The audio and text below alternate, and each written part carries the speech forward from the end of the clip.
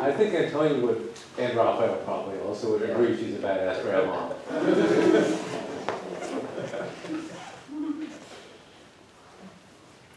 There was a couple of psychoanalysts in the 1980s. There were a couple of psychoanalysts in Paris in the 1980s who were interested in that great unspoken in families, right? The great silence in families. And while they weren't particularly interested specifically on the Holocaust survivors, they used the Holocaust survivors as their examples. And are you mentioning Abraham and Torah? of course, yeah. Thank you. Thank you. You get old, the names go. Yeah, okay. And one of the things that struck me in working through the book, which was an excellent book, was that they worked on the assumption that the obverse of absence is presence. That if you have an absence, what you want is language to fill that absence. Why don't you talk about that, Grandma? Right? What I've learned, and I think Ruth is a very good example of this, is that that elephant in the room, that great unspoken void, can be full of language too. And I want to really avoid turning Ruth again into, you use the word seer, I like the word seer, into a seer. Someone who is able to transcend, who becomes exemplary, unser Ruth. Right? She's a writer who is wrestling with a lot of things that are really unspeakable. And she uses language in complicated ways to reveal and to conceal. So I am appreciated what you said about your grandparents, right? About your grandmothers. Because again, we see that as an absence. Well, the Holocaust survivors, and I've interviewed lots of them, who intend to insist on telling you their stories over and over again, who have them recorded and put at Yale, right, or at USC. When you listen to these things, you hear absences. I think what I was trying to say is that with this idea of potentiality, I'm not trying to turn her into a model, because, you know, her story is like very particular, and I think the mode of speech is one mode of transmitting the event. And the mode I inherited is not speech, it is silence. And also I resist that silence is nothing, that there's nothingness in silence. And you can do a great deal with silence. Absolutely. And I think in my generation, like we're confronted with that. And one thing that I kept also, like that really struck me in the movie yesterday, is that same scene. I don't remember this Germanistic professor from UCI, but she said beautiful things about the California sun. And I think that growing up in Paris, like Paris is very different than Irvine or California. And France, I consulted some of the archives at Yale too, and it seems like a very American project. It's a very American. So all this like type of speech for me, I do not work on these issues precisely, so I'm not very knowledgeable about that. So these are only intuitions that I have. But this modality of speech to me maybe is allowed by some kind of distance, that there is a geographical distance. And this geographical distance does not exist in France. We're very close to all the things that have happened. And also, like, speech is also allowed maybe by the fact that being an American Jew is like as Mark shows in his is a measurable thing, it's a known thing, it's like a positive thing. Like, I mean, somehow, you know, it can be, it's not antithetical, there's no oxymoron in being an American and a Jew. And in France, it's a little different. I would say. And of course, like, you know, and one reason why that makes you a Jew in France is that is the Shoah. You know, les Juifs de la Shoah. And I really felt that, you know, like the connection between all my grandparents, it's only that they went through Shoah. That everything else, like you know, some were like Orthodox, the other one was super secular. You know, one read Goethe, and the other one the Talmud. It was really like, you know, that separated. So, I don't know what I'm trying to say, like again, that's the idea of the crypt, and maybe it is a French idea. Like it's an idea that, it's the 1980s too, so it's a long time ago now. It's like 40 years ago. But maybe it was like the secret mode of communication of French people, and maybe America produced different types of tests in that respect. Thank you.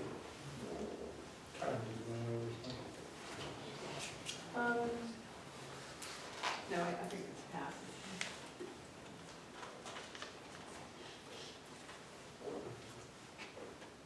Alors, Confina.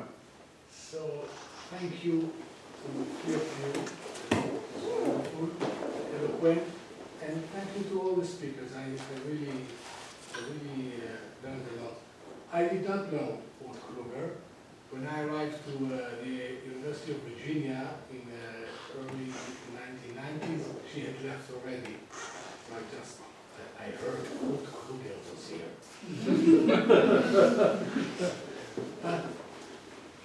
So I know her writings, although I haven't read Ruth Kluger for, I think, decades. So for me, it was really a revelation to listen to all the papers today. And to all those who knew her. And I find it so refreshing. I find her so courageous and clear-eyed, opposite what often we have today, the sanctimonious rhetoric about the Holocaust. Here is someone who tells the audience in Germany, to quote Karen, yes, shut up. Let us hear what people have to say. The survivor is not a saint. Or what Raphael said, she's a badass. She says things that, or what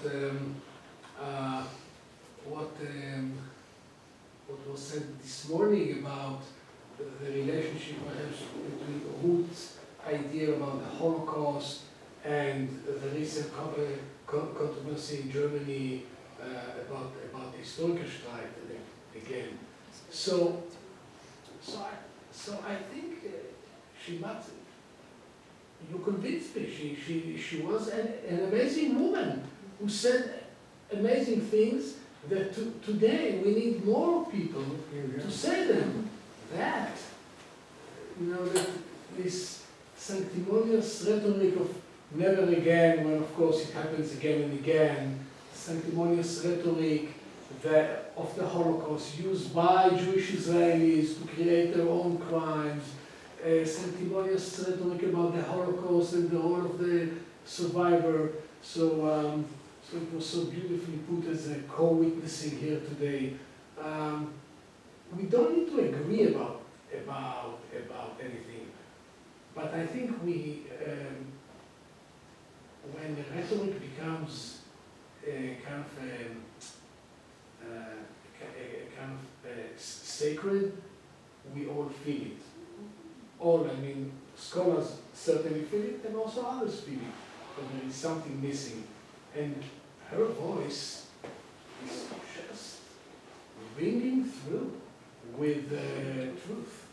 So I thank you for reminding me of this. Karen Remmer. Yeah, just to that point, if you can bear another quote, I just wanted to quote Ruth Kluger in some ways to bring her into the present as well, and some of the other, you know, mass atrocities and killing that's going on.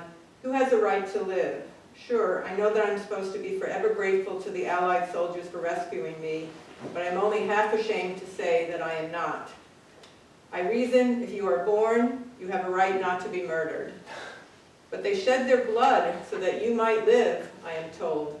Well, the truth is, I didn't need their blood. I needed something much cheaper, an affidavit to get out in time. And I think this very sort of right to the point, you think of today, people who are now being forcefully displaced and killed. They don't need our sympathy. They don't need us looking at them, oh, poor Alan Kurdi on the screen. They need intervention. Very simple, clear intervention. And I think this is what makes her also, as everyone's been saying, more people need to, this is what we should be talking about. Okay, so here, just trying, because of who we are sitting here, I'm going to bring up, sorry, I'm just going to bring up someone I never thought I would bring up, and that's Nikos Kazantzakis. Not a great novelist, but famous as a novelist. And in sort of the Greek, he really sets up this contradiction between he calls it pen pusher, right, and the Zorba character who's a man of action. And I think one thing that is tricky for many of us in the room, it's not everybody, but for many of us in the room, it is important to realize what are the skills we have and what can we do with those skills. And a lot of us here are teachers, right? So the thing where it gets tricky is my energy going into the teaching? Is that my activism? Or am I called to do things that are more recognizable under activism? And of course, probably the answer is something like Ruth's answer, where you do both, right? But it's very challenging right now, I think, because students know we have to work so hard at helping students understand this history. They don't understand it, right? So a lot of our energy has to go that way. And then sometimes I do ask myself, what's left over, right? Do I have enough energy to do the other stuff? And I was just talking briefly with Dan in the break that some of you know I have this, Jonathan mentioned it, this Facebook group. Again, who thought I would be on Facebook? I mean, but the idea was to speak to young people where they are. And even though young people have gone to other social media, a bunch of them are still there. And it's this effort to just talk to people about things others are actually doing. The group, I thought long and hard about the name, and we ended up with doing something, because that's what it ultimately boiled down to, is doing something, right? So I think there's a balance that we can talk about. Again, Ruth does provide a model of talking, writing, teaching, but then also putting yourself out there when you can and when you should. And I'm glad you brought up that quote, Karen, because it's a very powerful quote, right? She didn't ask American soldiers or Russian soldiers or anybody else to die for her, right? She would have liked it to be possible for her parents to get out. And of course, there are millions of European Jews who would have liked that same thing. And what's hard, and I think this is also tricky for many of us in the room who have been doing this work on the Holocaust for so long, is there are other situations now, right? There are other places in the world where groups are needing also concrete things. And how can we, in this country, I'll try to make this the last thing I say, in this country where we would like to think it's a democracy, a lot of us have discovered recently how difficult it is to make your government do what you believe in, right? And this is not the only country in the world with that problem.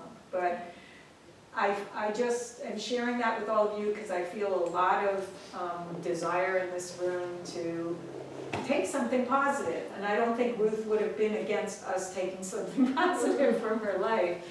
But we can't fool ourselves about what that is that we can take. Yeah, I just wanted to add that what made Ruth so beloved in Austria and Germany, because Mark brought that up today, is that she was breaking narratives.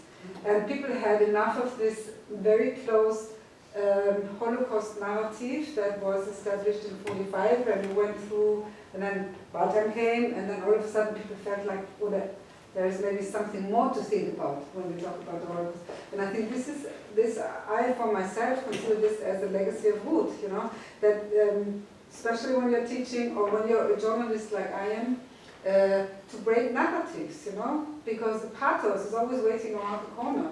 And then you make a definition of a person, and this is also something that might happen in symposiums like this. I don't think that it happens here, but in general, that you would say, yeah, this person was like this and that and this and that, but Ruth is good for it because she had so many different sides that you could never say, Ruth Klippich was like this. She wasn't. Then the next day she was different. So for me, breaking narratives, this is for me, for example, very important in my work in the last years with COVID and with now the war in Ukraine and you know all these narratives, who is right and who is wrong, and this is the truth and this is not. And I think I learned a lot from Ruth how to argue, and for that you need to have knowledge. I mean, you need to know philosophical points of view, you need to know how you argue, you need to have this dialectic, yes and no, these antithese, synthese, all these methods, and I think that this is something that is missing in universities today or in schools in general. That you know, we talk all the time about the, how do you call this, the center of your body, but you're not talking about methods and ways how to discuss things and how to question them. And I think this is something that we could take as a legacy of Ruth, from at least I will do it. Yeah.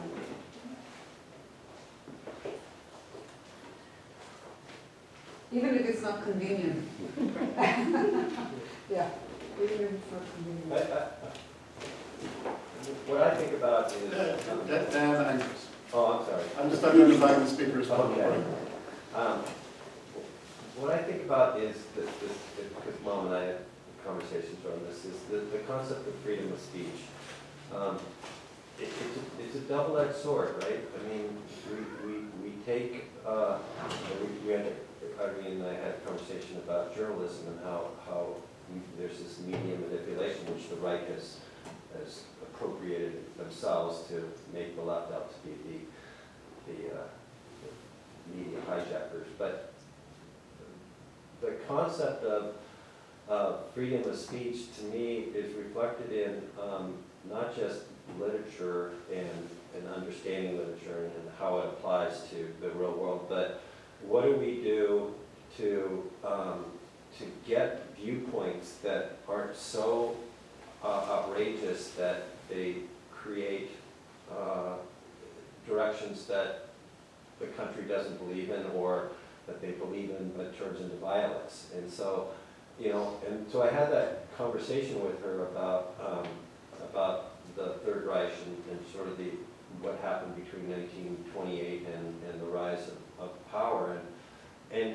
why you can break it down into sort of the mechanics of what Hitler did to create a following, and the timing was right, the economy was poor, there was all sorts of things that led to this, and you see it happening in country after country now, and basically manipulating people's viewpoints. And so the conversation was essentially, what is the role of family and community to level the playing field so that people don't go off the rails? And I don't have an answer for it, but it is an interesting topic, and intellectually, when we talk about what my mom did and wrote and how brilliant she was, at the end of the day, we're still left with the same problems. Yeah. And could she have changed anything?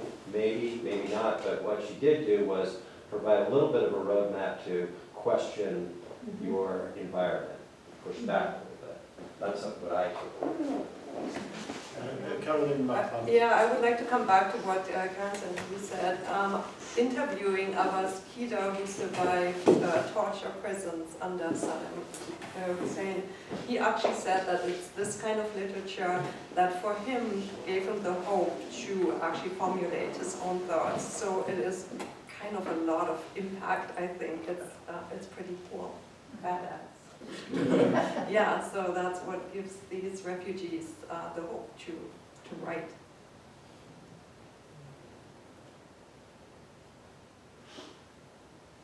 I could add some reflections. I mean, I heard in the discussion, I think Senator Goldman expressing a skepticism of not wanting to see Ruth Kluger used as a Zayar, as a prophet. And I wonder, though, in drawing inspiration from, you know, aspects of her activism or style, is that a version of that difference between her as a scholar, as an individual, saying I or we, which came up in Mark Gelber's talk, and a kind of taking in or appropriation that said, you know, our Ruth, unser, Ruth Kluger, as in the you know, celebration in Austria that she maybe expressed some disquiet about. And I wondered too in the reflections about a, you know, I don't know if it's a tension or how to describe that relationship between the universal aspects that Caroline Machton's presentation drew upon, and the very personal ones that especially Raphael Sigal's comments did. So I wondered, you know, are there multiple ones, or is the personal perspective of the memoirist and the limits of the individual getting lost in the discussion? I'm sorry that I must leave. Well, I mean, the example I always give is that we are in the throes of eco-criticism and the Anthropocene, and the great hero, of course, is Henry David Thoreau and Walden. And Henry David Thoreau every weekend brought his laundry home to his mother to wash, right? I get very anxious about people being turned into heroes and heroines, right? And I get very anxious about the exemplary function of such texts. Very anxious. Because then they become a kind of answer and panacea rather than a problem. But that's not what they focus on. They focus on the contradictory nature of the text. So these people get it. Yeah, they get it. But the difficulty when we think about our role, and Lorraine said this, our role for the most part, and there are exceptions, Sarah Colvin working with prisoners in Germany is a very different sort of thing than we do. But what we do is we teach undergraduates. And undergraduates love models. And maybe what we should be teaching undergraduates is models suck.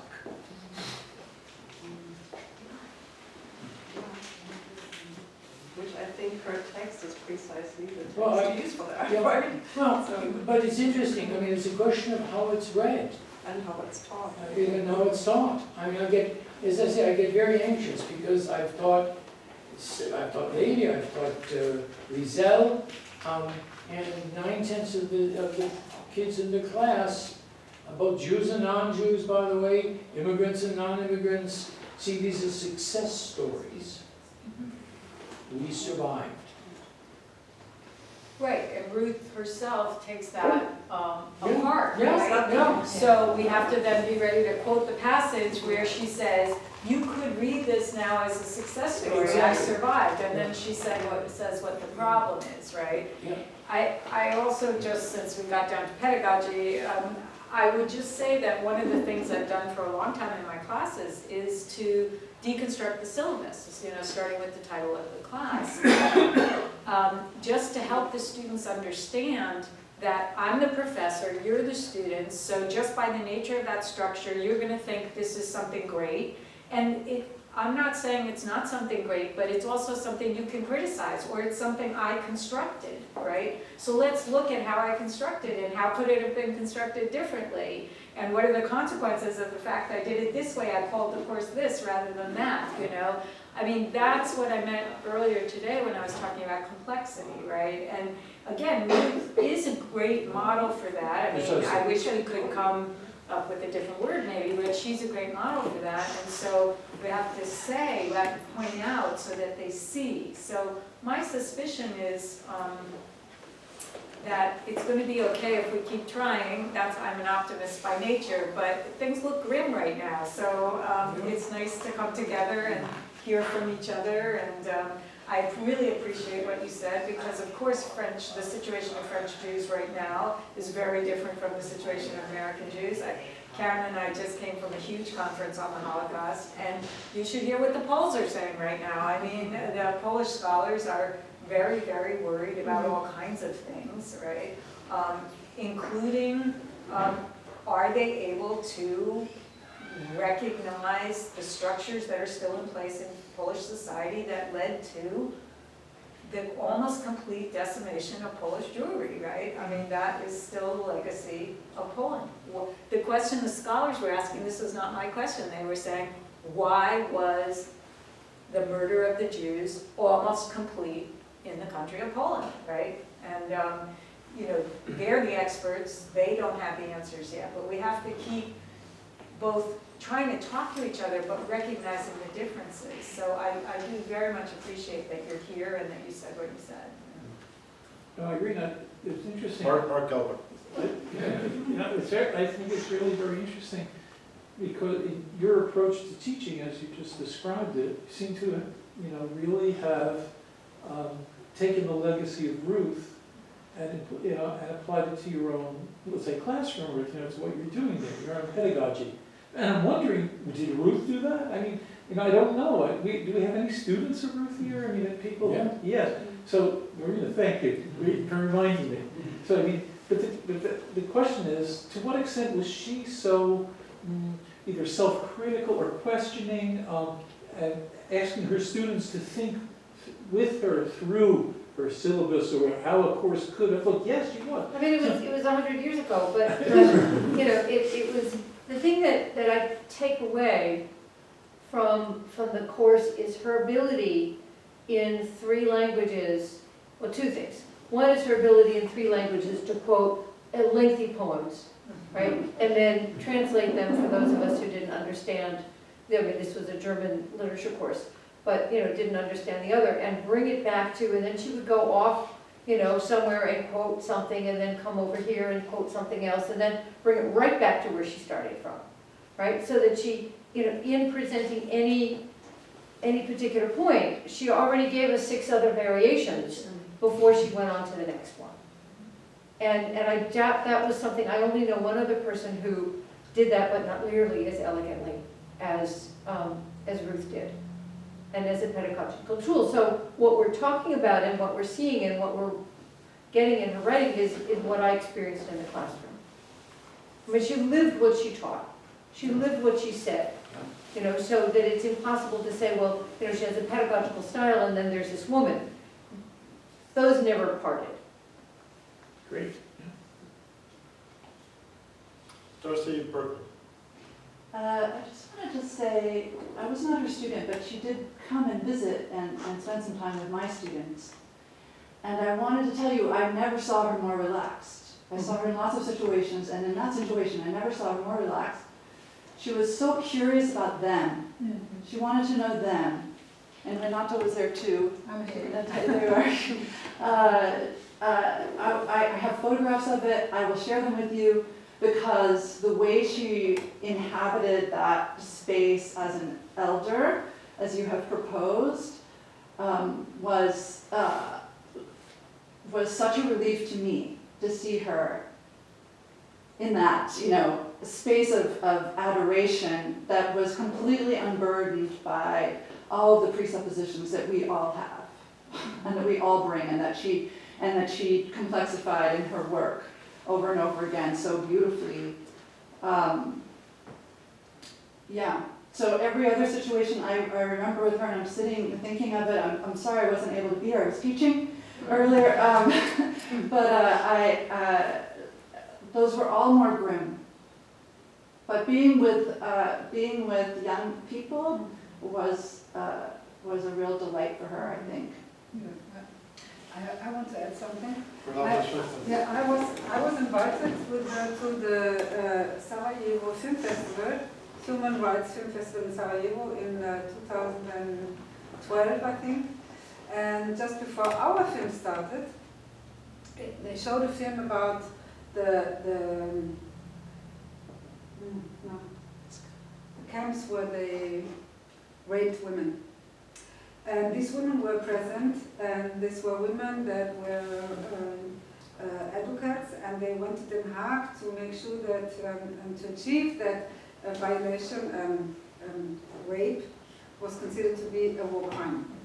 So this, you can imagine how the situation in this cinema hall when, that we entered, Maud and I.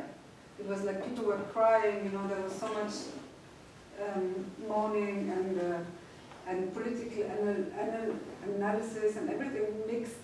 And Ruth was immediately, she was open for that. You know, she wanted to talk to these people.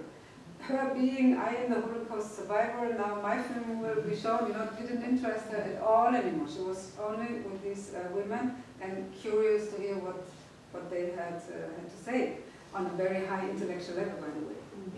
Yeah. I wonder, picking up on that and on the reluctance of her to see her own story as a success. We're thinking in this conference of the title of it, 30 years after Weiterleben, and I wonder if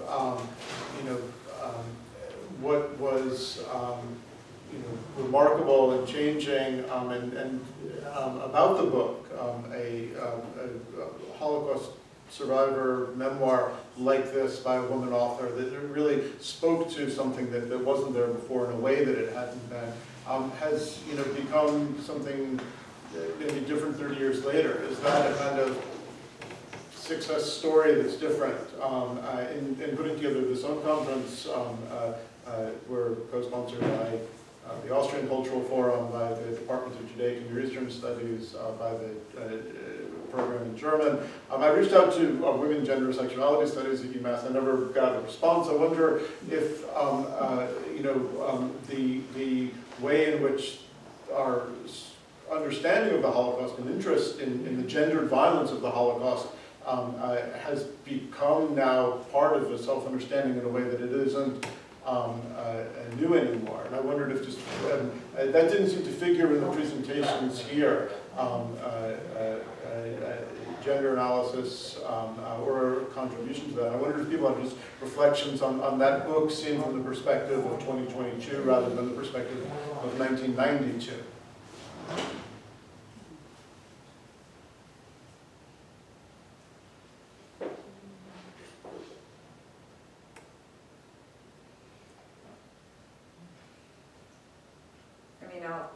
I can kick on this again. I'll broach an answer just in the sense that I do think gender studies has been a very, very rapidly changing field, and it was mentioned earlier, but I'm forgetting who mentioned it, about walking into a room of feminists. That was Mark Albert talking about her Mark. Presentation in Israel. in Beersheba, where Right. the Women's Studies Department. Yeah, so that anecdote didn't surprise me so much in the sense that I have been teaching in a gender studies department for a while, a basic course, but I really, it's meaningful to me. And the field itself, there are more and more people who are trained exclusively in that field, and the field itself is going in certain directions, and in a sense, it's specialized more, I mean, second wave feminism, the activism and the theory were pretty close, hand in glove. And I think now there are a whole set of specialists who probably also consider themselves activists, but when you have that level of specialization, I think you can move away from your ancestresses, and that may be what has happened. That's my observation on my own campus, actually. But I don't want to generalize to other campuses.